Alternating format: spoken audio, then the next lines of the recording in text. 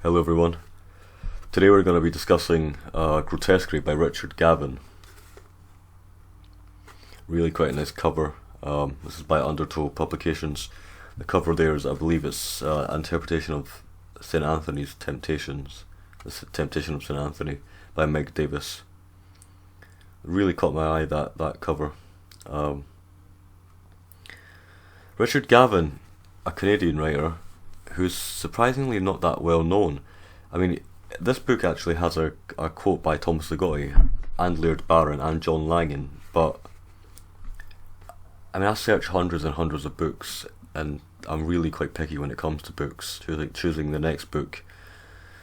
But I never came across Richard Gavin before. I mean, Thomas Ligotti says Gavin's writing serves as a testament that great masters once crafted great stories and as evidence that they shall do so again. And there's quotes from Laird Barron and John Langan as well. I just never came across Richard Gavin before.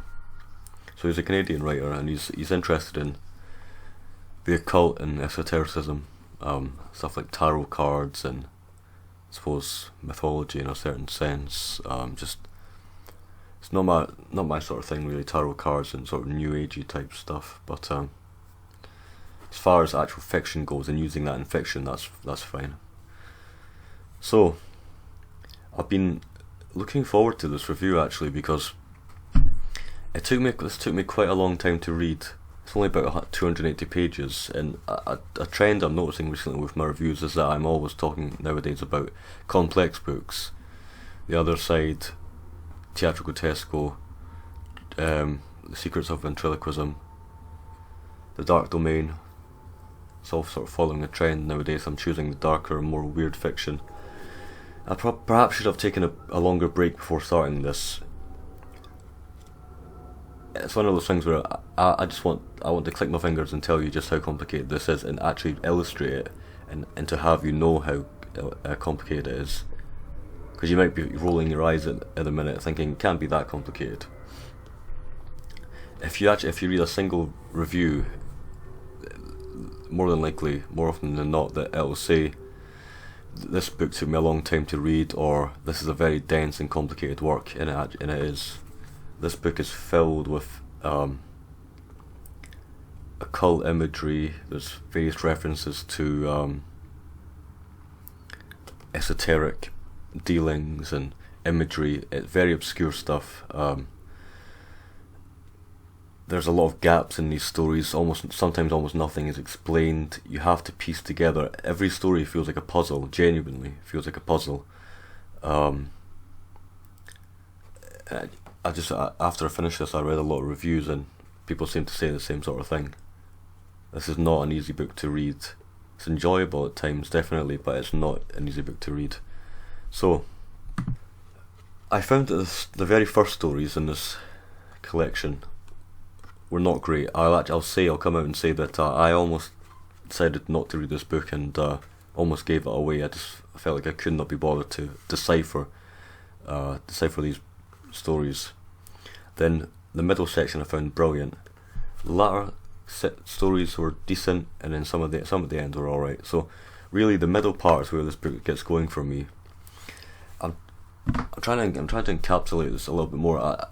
Some of my short story collection reviews are very long, and I could talk about this book for an hour. Really, I can imagine just how long I can take to describe this book and to talk about its pros and cons and whatnot. I'll say that the first stories start off more like vignettes. They feel almost incomplete. They're almost like the bones of stories, actually.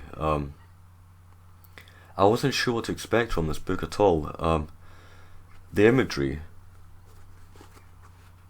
I felt like it was going to be more dark and fantastical, but some of these stories are more sort of real world and domestic. I mean, there's even mentions of, I think the first story, Banishments, has mentions of social media, and possibly, if I remember correctly, a hashtag in dialogue as well. So, but then there are also almost dystopian and extremely dark and religious and divine language as well. I felt like reading, because this book there's so many threads to what I want to say. There are so many stories in here. There's actually 16 stories. and there's so much. It's just so much content in this, and the stories vary. The themes and style and content varies so much that I almost felt like I read 3 books in one. Really, so that's why it's kind of hard to just. I'll say that I've written here Banishment, Fragile Masks, and Neither Nor. These are stories that I didn't particularly enjoy. The first story, Banishments, I had I had never read this author before. I had no idea what it was going to be like. I was quite impressed by the seriousness and darkness and melancholy of this first story about 2 brothers who find an iron casket, and there's a body made of wax, and this body,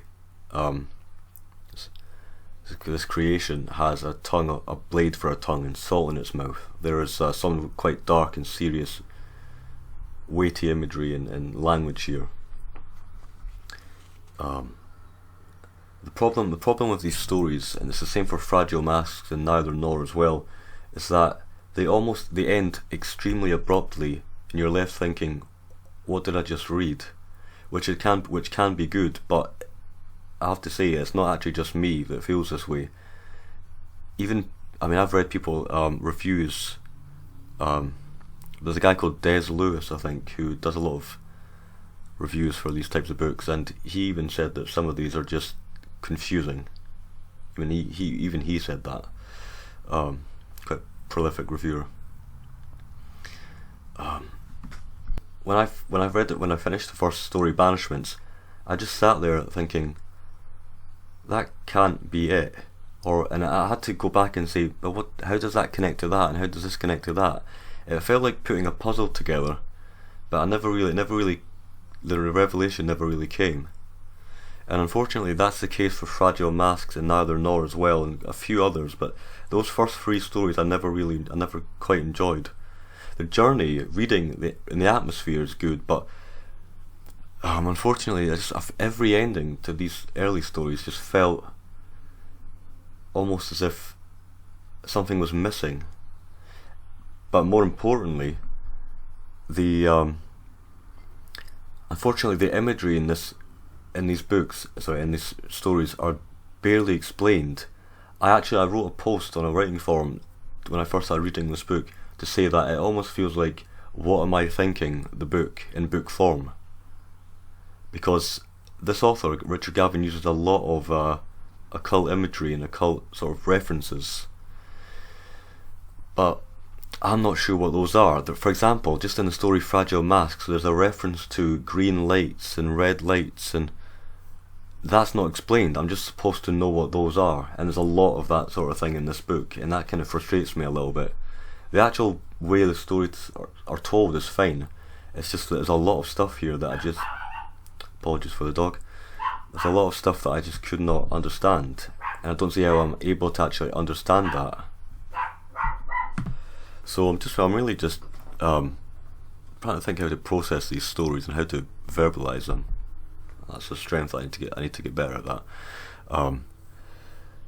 So just skipping Fragile Mask for a second, Neither Nor is a story about art and parasitism. And this story, I'm going to have to say there will be some spoilers to these stories because I can't actually describe them without. I can't illustrate the cons without really telling you what the sort of denouements of these stories is, and the strangeness of these images. So, for example, at the end of Neither Nor, we have a woman sitting in a closet grasping a copper wire as a shadow creature eats at her hair from a hatch inside this closet. There's yeah, so that's not even that's definitely not the strangest story in this collection. And unfortunately I'm always left with, but what is the shadow, and what does this represent, and what does that represent, and how does that connect to that? There's a lot of ambiguity, and actually Richard Gavin himself says that some of his stories are meant just to evoke almost a subconscious feeling, I think. Which is, honestly, I'll just say it's kind of frustrating being a writer myself and then being told that my stories are confusing, whereas my stories, in comparison to these, are like pop-up books for children. They're dark and complicated, I think, but in comparison to Richard Gavin, I mean, you will get people saying in reviews that I just did not understand the story. So why would it be published if that's the case? Surely, I'm of the opinion that a story needs to be understood. It can't just be what am I thinking. But anyway, I'm gonna get to the good stories now though, because I actually do recommend this book and I highly enjoyed some of these stories. It's just that unfortunately, a sort of through line is that a lot of these stories just don't make sense, and you'll see that people say this isn't coherent. Deep Eden is it's actually really where the story started to get good, I think. And actually, I say that the middle section, Deep Eden, is only about 60 pages in. This is a really interesting story. It's about it's a woman who is detailing this history of this town that's eventually decided to go underground for reasons that are not quite well known. There's this green light in this underground cave that is forcing people in and in some ways controlling them. There's a lot to do here with it's almost like the reverse. It's like the myth of Eden in reverse. There's a green apple involved, and it's just there's a strange vine with red blooms. And in Deep Eden, unfortunately again there's that through line of something that just never makes sense. There's this father figure who has a dream in which appears a frail woman, and there's a mill, and there he tries to speak but can't speak. And I don't know who. I've read the story. I don't know who the frail woman is. Is it Eve? Is the father supposed to be Adam? The story is called Deep Eden. It might be. There's a lot of religious imagery here, so that might be it. I'm not sure. Ambiguity is fine, but it's just I feel like I always need to understand more about the story to actually enjoy it. The next story I really enjoyed, which came straight after, I was just double checking, came straight after Deep Eden, was The Patter of Tiny Feet, which surprisingly simple story. It reads almost like just a regular horror story. There's no sort of connections or puzzlement really. It's about this film location scout, who's gone to he finds himself in an old abandoned house in the wilderness, and there's a lot of insect imagery, and that's the type of story that I love. We have this. He's a natalist. He wants to have children desperately, and he meets with an unfortunate end due to a cultist who has relations to insects and the underground and the chthonic retribution of some deity, I suppose. So that really caught my attention. It's the sort of theme that I like writing about myself, actually.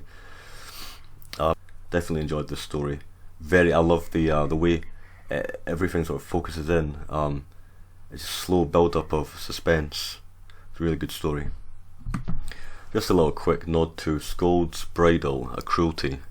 A quick but effective story. So a man who is commissioned to create a device, as a historian asks him to create a device, and from there that's all I'll say.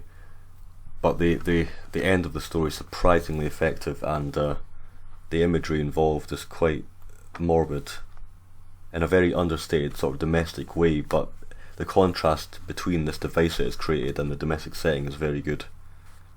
Just a little short story there.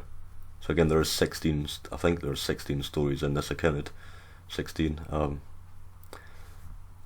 They all have something good to offer. After the final, probably my favourite short story so far, actually, or by far, I should say. This was. I read that people didn't enjoy this as much as the other stories, but I found this phenomenal, really.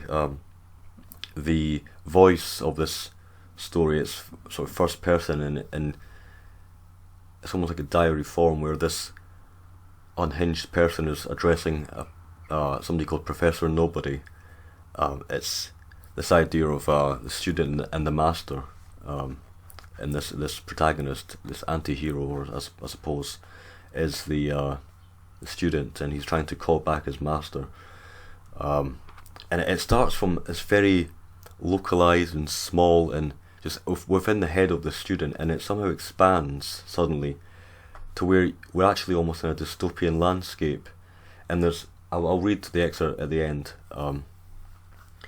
but we have this sort of old school, sort of traditional medieval witch doctor masks, the long beak with the herbs inside it, and it almost feels like a sci-fi dystopian story, and the way it's written is so confident and so dark, and the revelation, the twist at the end is brilliant as well. It's just massively constructed. So yeah, look forward to the excerpt for After the Final. There's actually a story that I missed before After the Final, technically, chronologically speaking, is The Rasping Absence. It's a more sort of science-based one. It's about dark matter. It's about this reporter who he's done all these dark stories. He's reported all these dark stories in his time, but he meets with these scientists, goes underground to learn about dark matter and their sort of laboratory experiments, and this latches onto him, this idea, the fear of this unknowable sort of darkness that's pushing everything, and is the underlying sort of foundation of the universe and whatnot. And I just found it's a slower story. It's quite a longer one. I found it. I really quite connected with this character. I feel, again, the stories at the start felt almost like vignettes, like very, very quick, and they just ended abruptly, and they felt hollow in a way. But then this one and the rest of them are a lot longer and a lot more fleshed out. I just connected with the character of Trent, who slowly sort of goes mad, I suppose. And there's some quite creepy imagery here. Of this hole that seemingly can't be filled, and it's just the way his sort of spiraling contrasts with this sort of domestic relationship element in the story is really quite effective, I think. The Rasping Absence, it's just a decent story, but it's definitely worthwhile putting in there. Again, there are quite a lot of stories here, so I thought I'd just drag that one out. Headman's Trust, a murder ballad. This is actually This is the one that's, I think it has the most solid and confident imagery, and it's the one that I bookmarked a lot of the pages in it, in comparison with the other stories. I mean, the way this is written is so mysterious. It's about an axeman, an executioner who seems to have trapped his spirit within his axe, which seems to have trapped divinity. Actually, it says, just how the headman trapped divinity within his axe blade is a riddle I am not destined to solve, but I have borne witness to the cut lord's miracles. They evidence the power of both the blade and the hand that wields it. This is sufficient to keep me in servitude to him. It's about a young woman who is taken into the headman's service and helps him and sort of furnishes the block, I suppose, in which these heads are decapitated. I'm not entirely sure when this is set. It definitely seems medieval. So this hooded headsman with the yellow eyes and the tawny hood, and his sort of companion, they travel and met out punishment to various communities. But from there, it almost becomes like a fever dream. There is this the headsman is tasked with the headsman tasks the woman who's called the Headman's Trust with going to collect a coffin from this strange woman in a pit, and it's some of the best imagery actually in the book. It's actually on the very back of the cover, the very back of the book itself, an excerpt from it. And I won't really go into much more than that to say that by the end it feels almost like this trip in a way. there are these birds, and there are these sort of this idea of liberation from the body. And again, this story didn't. I felt like some of the elements were confusing, but the imagery is almost more important in a way. Again, I realise how hollow my synopses are, and the way I'm just ranting about or rambling about certain things in certain parts of these stories. I'm not actually giving any concrete meanings to these stories, and I don't think I'm able to. Suffice it to say, there's just a lot in these stories. Really, I'm covering about 1% of what's in this book. But The Headsman's Trust is definitely one of the better stories by far. 3 Knocks on a Buried Door is about a man who finds an entrance in this garden into this strange chthonic world. I won't say anything other than that. What I'm going to use that particular element to expound upon is that this story probably should perhaps not have been called Grotesquerie. It should be called Descents. And actually, if you read any review or analyses, there's actually very few analyses because it's quite an obscure book, but if you read any content that you can find online, people will say that the book almost every story deals with some sort of descent. That can be a descent into the underworld, it can be a descent into a vault, descent into a closet.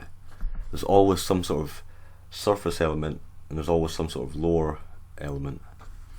And I think that's most well portrayed in 3 Knocks on a Buried Door. I won't go into it too much, other than to say that I was really gripped with this. Some of these stories I just could not form images in my head, but with this gradual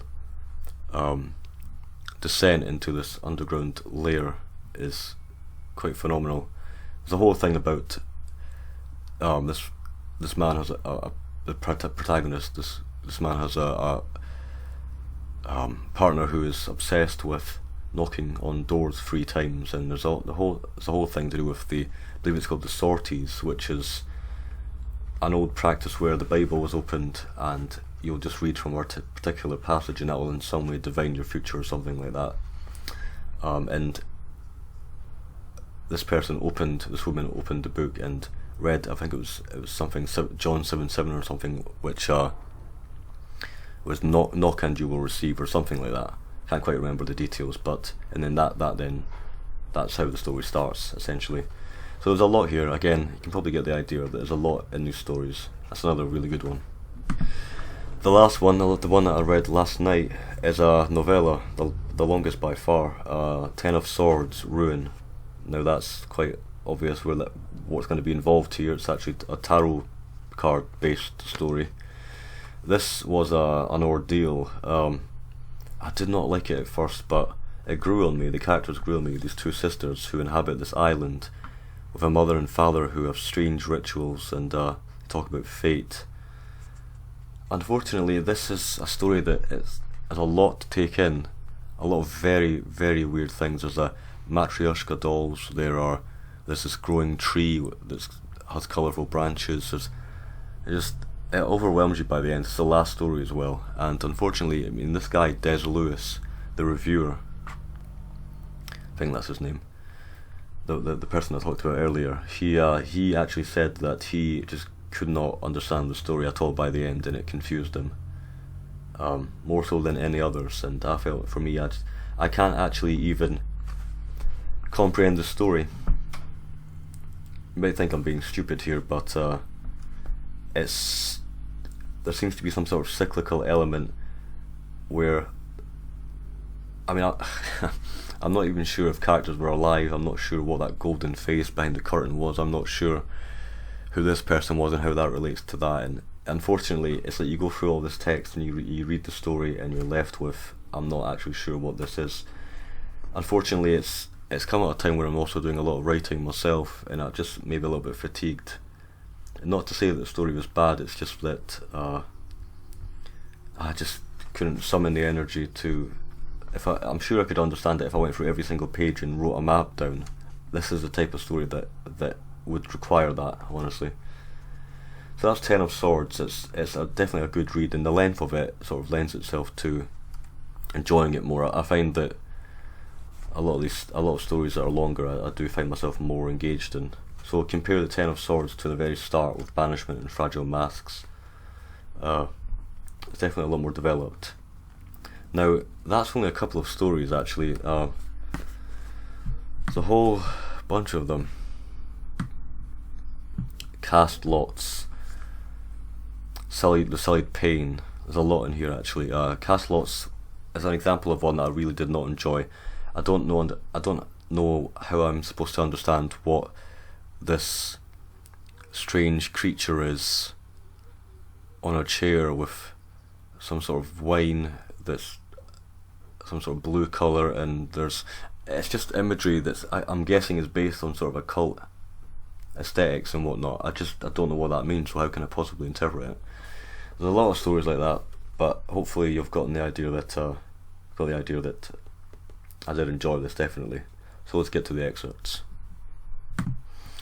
First excerpt is from Banishments. I didn't particularly enjoy this story, but this passage is particularly good. Its eyes are filled with pins. Will's brow furrowed. He leaned into the coffin.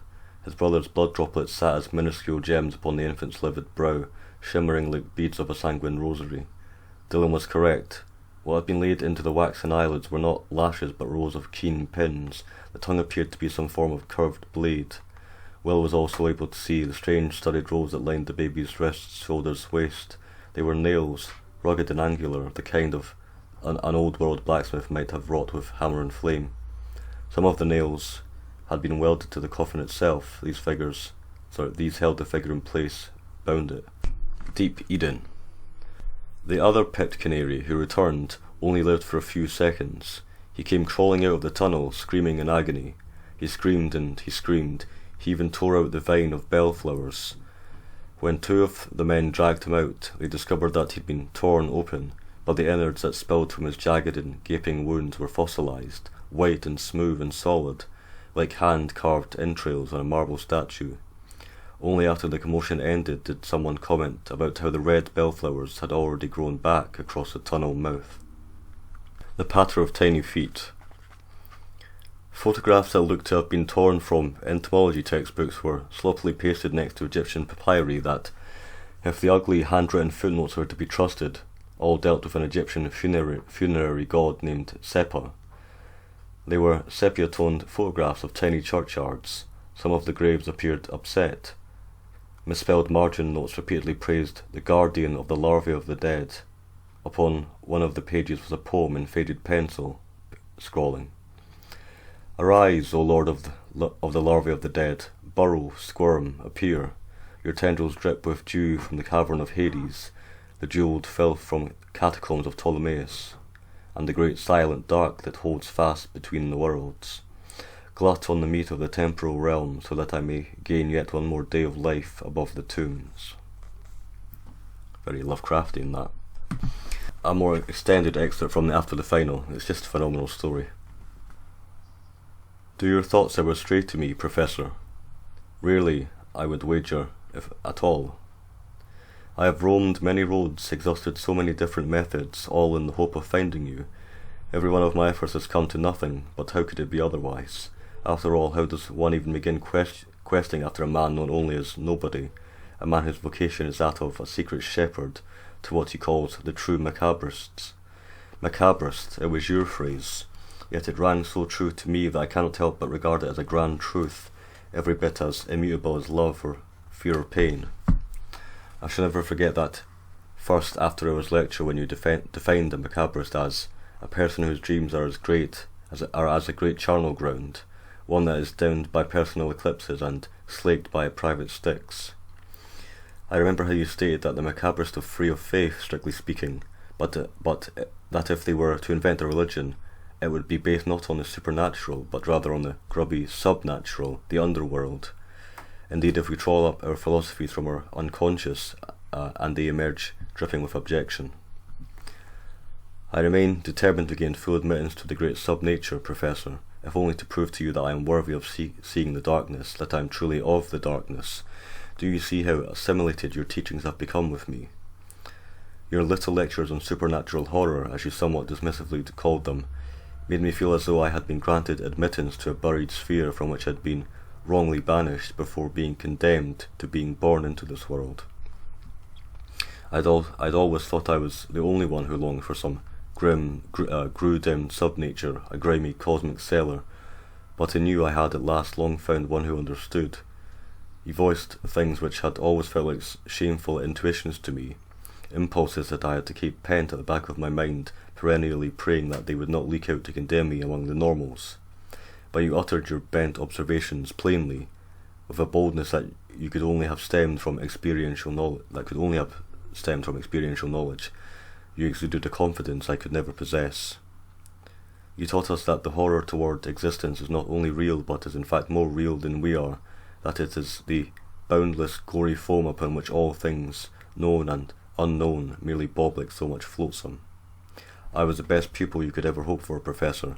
If only you would return to experience the fruits of your teachings. As the grey daylight bled out in gloaming, I donned my vestments and set out to meet with Maximilian at his observatory. I feel I should pause here in order to describe my vestments to you, as I'm sure you would approve of their design, which is every bit as pragmatic as it is aesthetic. With my vestments I become the plague doctor of old, guising my face beneath a gas mask with a long beak of black leather. My ratty, wide-brimmed hat adds a ceremonial touch, and my ragged duster coat is suggestive of a shroud. With a walking stick of lashed femurs in hand, I love to stroll the poisoned wastelands. Last excerpt. Headman's Trust, a Murder Ballad. The midday heat swells the veins in my hands, causes my breathing to become laboured. I yearn for the shade of a glen, but my path snakes through open country. The casket maker dwells and works in a pit house far from any village, far from any burial ground. The sight of her homestead steals my breath. I am impelled to lower my tired frame, to cross my legs and sit in contemplation of this mound-like structure.